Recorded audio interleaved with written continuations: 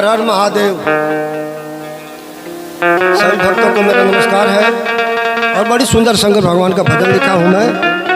पेनी के भगवा चुनरिया बानीला माथे पर पगरिया लेके चला कमरिया हो समरिया बाबा नगरिया हो। हम बनी गीतकार ललन चौबे। हमारे साथ में तबला पर साथ दे रहा बानी राम ध्यान जी और बेन जी पर साथ दे रहा बानी राजू जी। तो आइए सुनू जाओ। पेनी के भगवा चुनरिया बान्हिला, पेनी के भगवा चुनरिया बान्हिला माथे पर पगरिया लैके चल कमरिया हो सवरिया बाबा नगरिया हो। लैके चल कमरिया हो सवरिया बाबा नगरिया हो।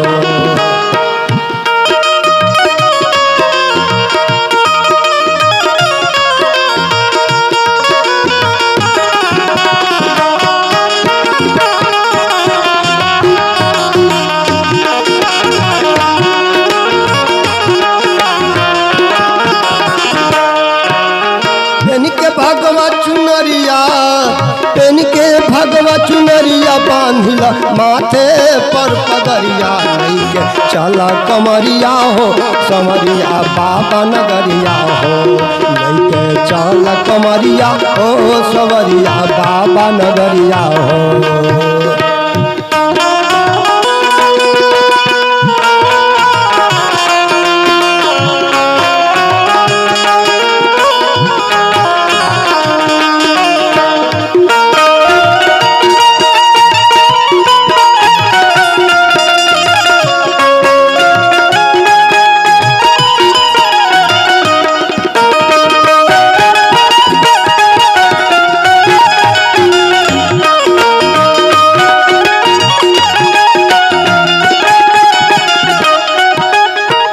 बरी के सुतान गई से कलसा में पनिया,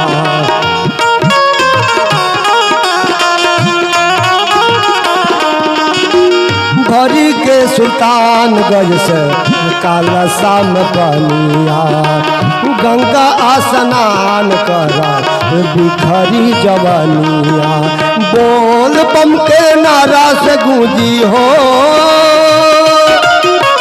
बोल बम के नारा से गूंजी सारा डगरिया हो, सारा डगरिया हो। लैके चला कवरिया हो सवरिया बाबा नगरिया हो। लैके चला कवरिया हो सवरिया बाबा नगरिया हो।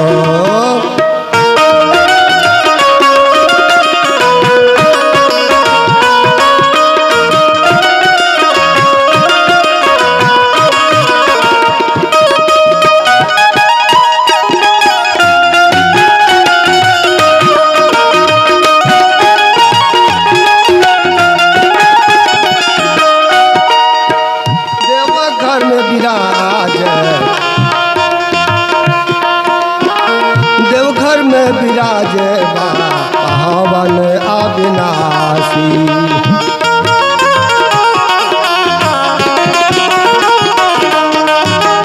देवघर में विराजे बाबा हवन अविनाशी। चरण में ध्यान लावा बनी जाति दासी, दर्शन कैला चढ़ल जमनिया हो, दर्शन कैला चढ़ल जमनिया बीते उमरिया हो, बीते उमरिया हो। जैसे चल कमरिया हो सवरिया बाबा नगरिया हो। जैसे चल कमरिया हो सवरिया बाबा नगरिया हो।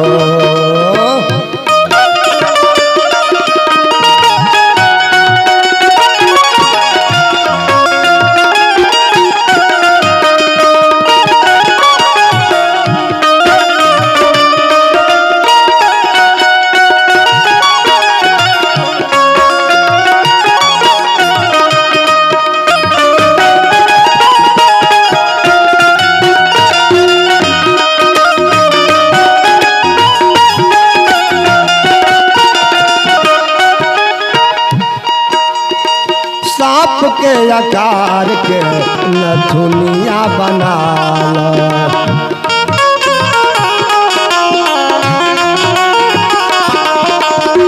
सांप के आकार के नथुनिया बना लो।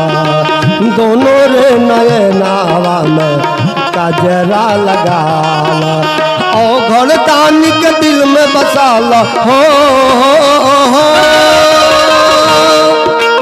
और घरदानी के दिल में बसा लो। बन जा पुजरिया हो, बन जा पुजरिया हो। लेके चला कमरिया हो, सवरिया बाबा नगरिया। लेके चला कमरिया हो, सवरिया बाबा नगरिया हो। पेन के भगवा चुनरिया बांधिला, पेन के भगवा चुनरिया बांधिला। माथे पर पगरिया लेके चला कमरिया हो, सवरिया बाबा नगरिया हो।